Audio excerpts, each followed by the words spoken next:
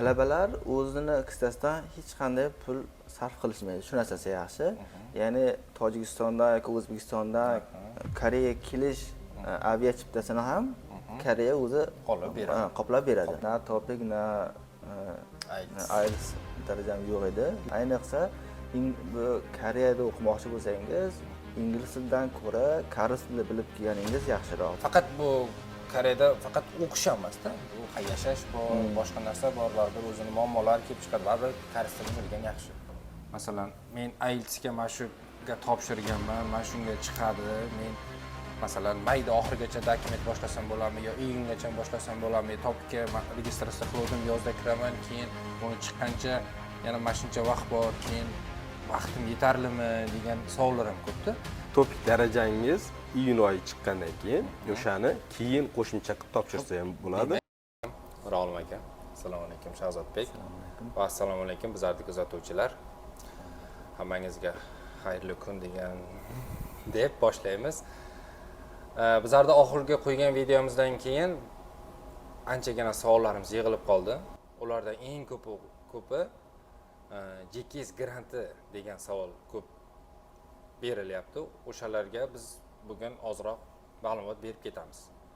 Va bizga bunga yordam beradigan do'stimiz Shahzodbek Tojikistondan kelgan, ya'ni GKS grantini yutib kelib, mana shu yerda magistr, ya'ni Koreya Respublikasini Chejudo orolini Cheju Milliy universitetini magistr talabasi sizlarga ozroq ma'lumot berib ketadi. Ya'ni o'zini kelgani, qanaqa qiyinchiliklar, kimdir taklifi bilan va qanaqa yo'llar bilan kelgani haqida ma'lumot berib ketadi. Shahzodbek, marhamat. Avvalambor assalomu alaykum barchalaringga. Men Tojikistonda bakalavr kursini arxitektura sohasini bitirib, chet elda o'qishimni davom ettirmoqchi bo'lganimda mening yaqin do'stim, o'rtog'im shu GKS grantini yutib kelib, shu Cheju Milliy universitetida o'qiyotgan davrda menga shu GKS grant haqida ma'lumot berdi. Va juda ham yaxshi shans, bir topshirib ko'ring deb shu grant haqida to'liq ma'lumotlar bergandan keyin menga ma'qul keldi va xohladim topshirib ko'rishga. Va do'stimni maqsadlari bilan shu grantga topshirib ko'rdim. Ana yutib shu grant bo'yicha o'qiyapman. Grant haqida meni o'z tajribam haqida sizlar bilan bo'lishadigan bo'lsam, birinchi o'rinda men hali bakalavr bosqichini bitirmaganligi uchun oxirgi bitiruv kursida edim. Diplomim yo'q edi qo'limda. Shuning uchun universitetda faqat transkriptlarimni, oxirgi shu baholarimni olib, tarjima qilib ingliz tiliga notariusdan o'tkazib, o'qishga birinchi bosqichida o'qishga topshirdim. GKS granti ham bosqich bo'ladi. Birinchi, ikkinchi, uchinchi bosqichlari bor. Birinchi bosqichda siz shu haqiqatdan ham shu GKS grantini talabatlariga to'g'ri kelasizmi? Sizning baholaringiz yaxshi, balandmi? Haqiqatdan ham shu universitetda oxirgi kursda o'qiyapsizmi yo bakalavrni bitirganmisiz? Mana shu magistr kursiga, bosqichiga to'g'ri kelasizmi? Shuni bilish uchun birinchi bosqichda shu saralash bosqichi bo'ladi. Va biz universitetdan haqiqatdan ham shu oxirgi kursda bitiruvchi kursda o'qiyapti degan ma'lumotnomani inglizga tarjima qildirib, notarius qildirib o'qishga yuborgandik. Va transkript baholarimizni va birinchi bosqichdan o'tganimizdan keyin biz o'zimiz haqimizda, men o'zim haqimdagi study plan o'qishga va magistratura bo'lganimda bosqichiga nima haqida ilmiy ish qilaman va shu study plan deydi. O'zimni planlarimni, universitetdagi planlarimni haqida ma'lumotlarimni, shuni hujjatlarimni nima qildim? Hujjatni taxladim. Va resume, motivation letter deydi. motivation letter va ustozlarimdan, professorlarimdan recommendation letter, tavsiyanoma olasiz. tavsiyanoma olamiz. Va mana shu ikkinchi bosqichda asosiy narsa shu motivation letter, recommendation letter va boshqa qo'shimcha hujjatlar ham bor. Turar joydan ma'lumotnoma, yashash joyidan ma'lumotnoma, tug'ilganlik haqidagi guvohnoma, ota-onamiz pasportlari va shu ikkinchi bosqichdan o'tganingizdan keyin sizni intervyuga taklif qilishadi. Intervyuda agar koreys tilini bilsangiz, koreyscha yaxshi bo'ladi. Agar koreys tilida intervyu topshirsangiz, koreys tilini bilmaydigan bo'lsangiz, ingliz tilida ham suhbat qilsangiz bo'ladi. Professorlar shu inglizchani ham yaxshi gapirib, yaxshi tushunishadi. Keyin demak, ingliz tilida kelib bilmoqchi bo'lsa ham hech qanaqa bir qiyinchiliklar tug'dirmaydi. Ingliz tilidan ham shu IELTS yoki TOEFL sertifikatlaringiz bo'lsa, bemalol yutishingiz ehtimollatingiz bor, shunday. Keyin shu suhbat muvaffaqiyatli o'tgandan keyin bir muncha vaqtdan keyin o'zi javob keladi, o'tdingiz, o'tmadingiz va shu davrdan ham o'tsangiz, keyin oxirgi etap keladi, ya'ni tibbiy ko'rikdan o'tib va boshqa hujjatlaringizni kerakli hujjatlaringiz kamchiliklari bo'lsa, uni aytadi, ro'yxatlarni, ularning hammasini yana topshirishingizga to'g'ri keladi. Keyin kelishingizda endi biz bu hujjat topshirish paytimizda universitetni bakalavrni bitirmagan edik va bitirmagan bo'lsak ham oxirgi bosqichda ham topshirsa bo'lar edi. Lekin shu Tojikistondan Koreyaga kelishimizda, mana avgust, iyul oylarida o'zi diplomimizni olib, apostil qilib kelishimiz kerak bo'ladi. Agar diplom bo'lmasa, magistrat bosqichini bu yerda boshlay olmaymiz. GKS grantiga topshirish ikki xil yo'nalishi bo'ladi. Elchixona orqali topshirish, universitet orqali topshirish. Siz qaysi birida topshirgansiz? Men universitet orqali topshirganman. To'g'ridan to'g'ri hujjatlarimni universitetning o'ziga topshirganman. Yaxshi. Siz kelayotganingizda topik yoki IELTS darajangiz bormi?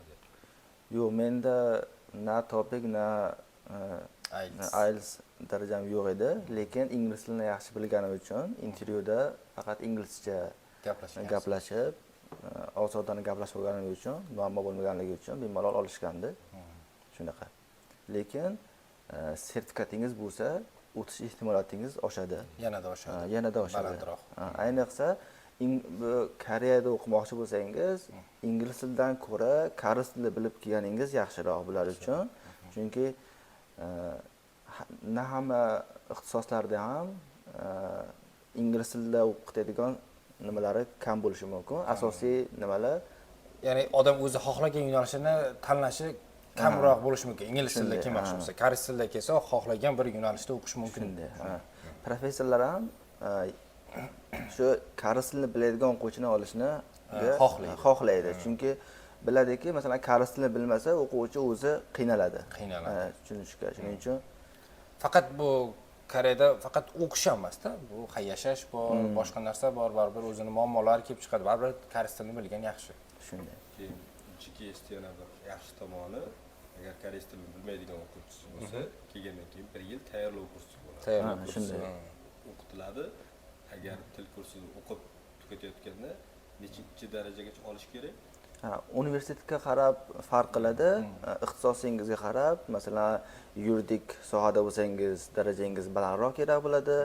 Masalan, aniq fanlarda bo'lsangiz, unchalik 3-o'rgan ham yetarli bo'lishi mumkin. Ixtisosingizga qarab, universitetga qarab talabotlar farq qiladi. Keyin kelishingizdan oldin sizda masalan 3-4, 5 baland darajalar bo'lishi mumkin, lekin kelganingizdan keyin hech bo'lmasa baribir 6 oy til kursi o'qishingiz kerak. Koreyada ham topik ekzaminini, imtihonni topshirib ko'rishingiz kerak bo'ladi. Baribir sizda topik ekzaminingiz bo'lsa ham.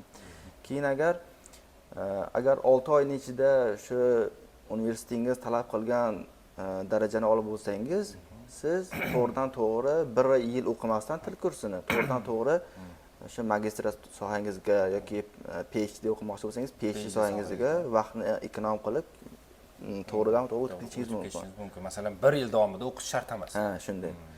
Yoki 6 oyda olmasangiz 1 oy, umuman 1 yil vaqt beradi til kursiga, shu yetarli darajaga olishingiz uchun. Buni yana nozik joylari bor. Agar 1 yilda ham shu yetarli darajani ola olmasangiz, yana 6 oyga cho'zib berish mumkin til kursini. Xo'sh, keyin JKS bilan kelib o'qigandan keyin bir tanishim bo'lardi meni ham. U kelgandan keyin masalan u til kursidan boshlaganda, til kursida o'qigan davrida ham oyiga где-то $8 pul olardi. U o'shalar haqida ozroq ma'lumot berib ketsangiz, masalan, JKS bilan kelgandan keyin oyma-oy qanchadan pul beradi? Qanaqa nimalar bilan ta'minlab beradi? Uymi yo sharoitlar haqida ham? JKSni shu tarafi yaxshiki, talabalar o'zini kissasidan hech qanday pul sarf qilishmaydi. Shu narsasi yaxshi. Ya'ni Tojikistonda yoki O'zbekistondan Koreyaga kelish avia chiptasini ham Koreya o'zi qoplab beradi. Keyin kelganingizdan keyin ham har oy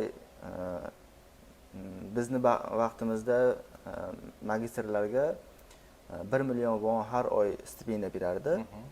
Bakalavrlarga 900 ming won edi. Bu davrda taqriban shu $750 bo'lib har oy stipendiya shuncha berishardi. Bu endi yildan yilga nimalarni sagana stipendiyani yana oshirib boryapti. Shunday. Demak, hozirgacha ham olasiz. Demak, til kursida o'qish davomida ham stipendiya beriladi. O'qish davomida ham stipendiya beriladi.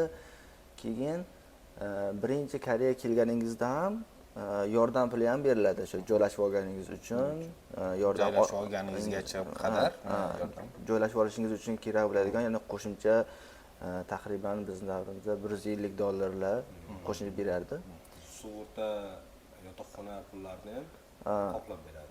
Keyin o'sha beradigan 1 millionni ichidan olib qoladi. Yo'q, olib qolmaydi. Hozir endi bizning davrda boshqa xil nima edi? Hozir yildan yilga o'zgarib ketyapti qonun qoidalari. Bizning davrda shu 1 million won stipendiya berardi har oy. Undan tashqari shu nima sug'urtani ham qoplab berardi. Keyin hozirgi qonun qoida bo'yicha stipendiyani oshirib, shu hamma sug'urta-pug'urtalarni hammasini ichiga qo'shib yubordi. Ya'ni o'zimiz to'laymiz. O'zi to'laydi.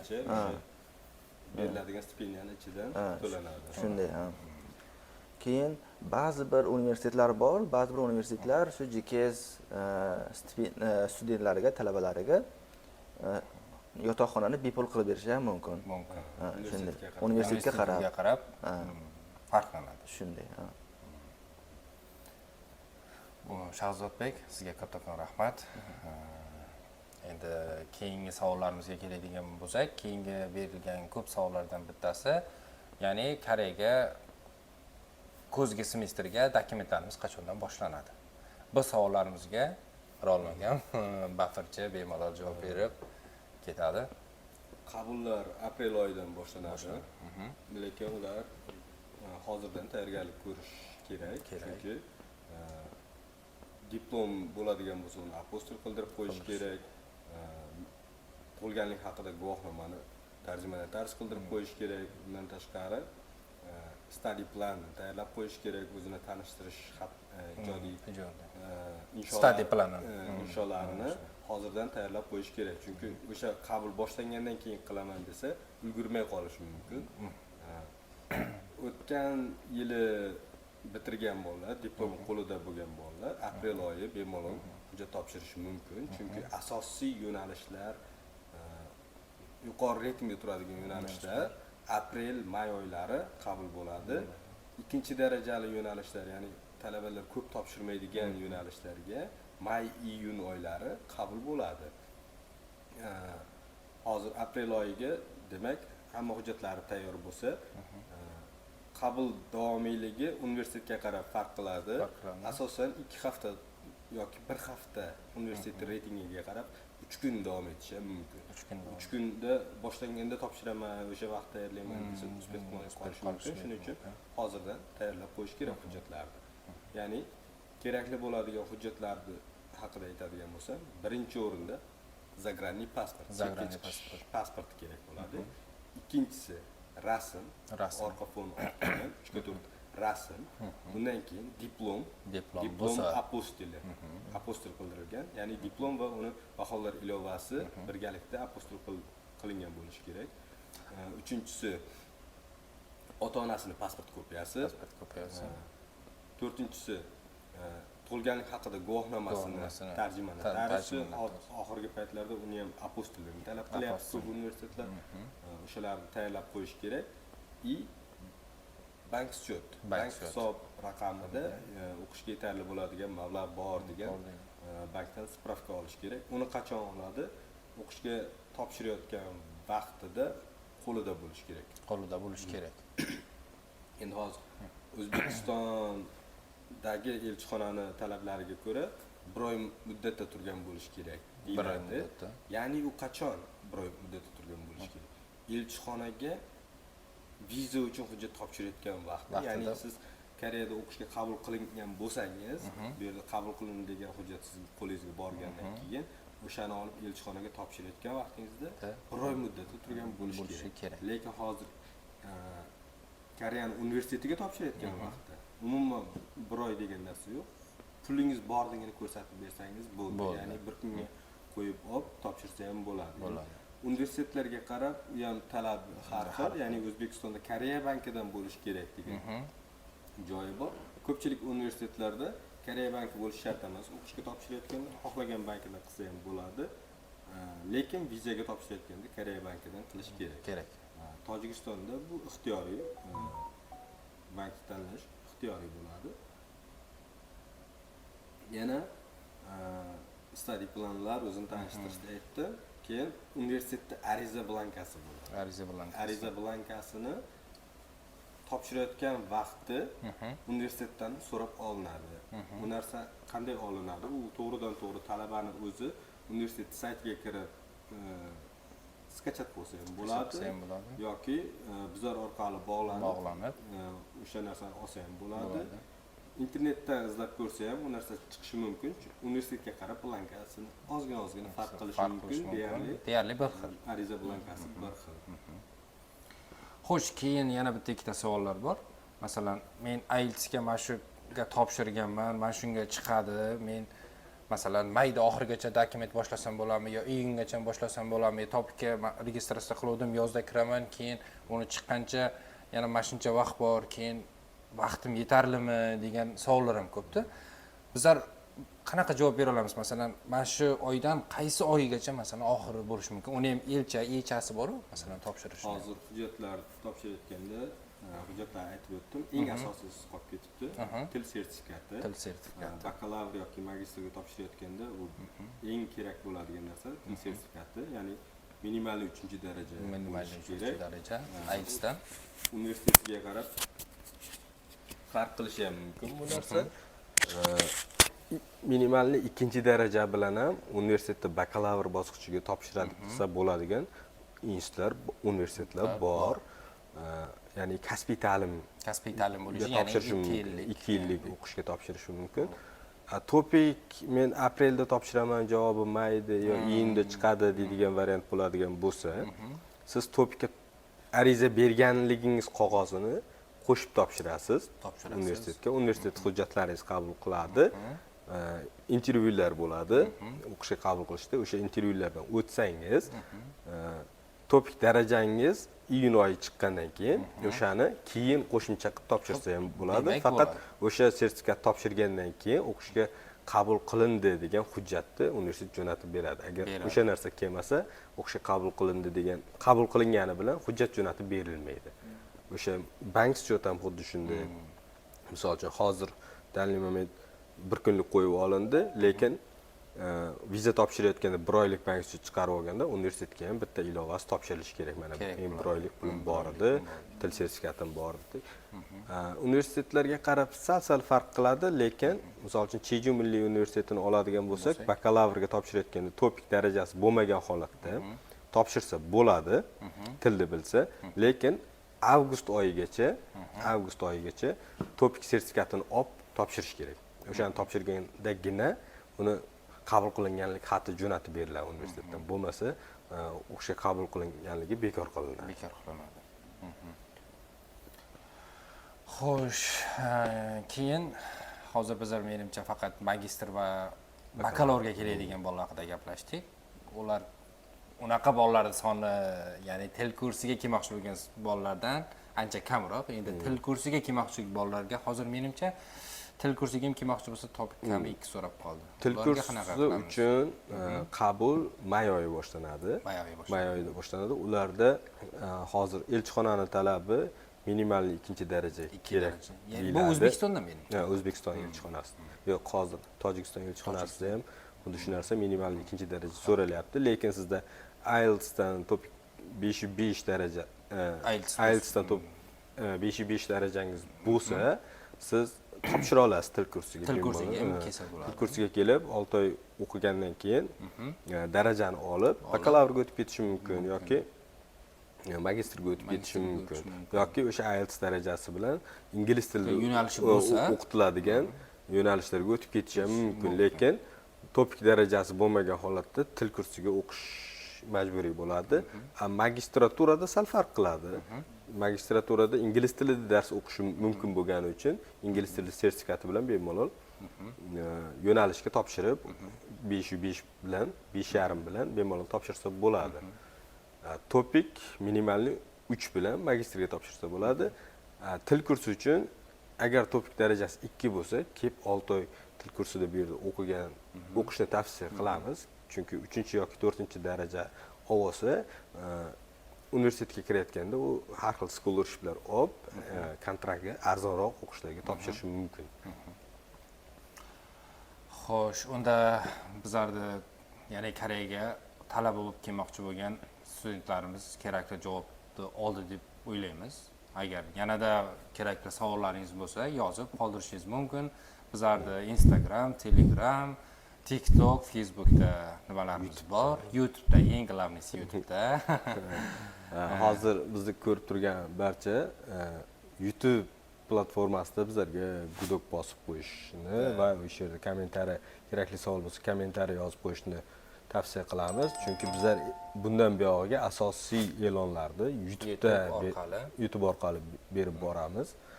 Bundan tashqari study plan yozishda yoki o'zini tanishtirish ijodiy insholarni yozishda qiynaladiganlar yoki tushunmayotganlar bo'ladigan bo'lsa, yozib qoldiringlar. Biz yana bitta video qilib o'shalarni nimalariga e'tibor berish kerak, qanaqa yoziladi, o'shalar haqida ham ma'lumot berib o'tamiz. Demak, Shahzodbek, kattakon rahmat, Nurolm aka, kattakon rahmat. Kelgusi videolarimizda ko'rishguncha sog' bo'linglar.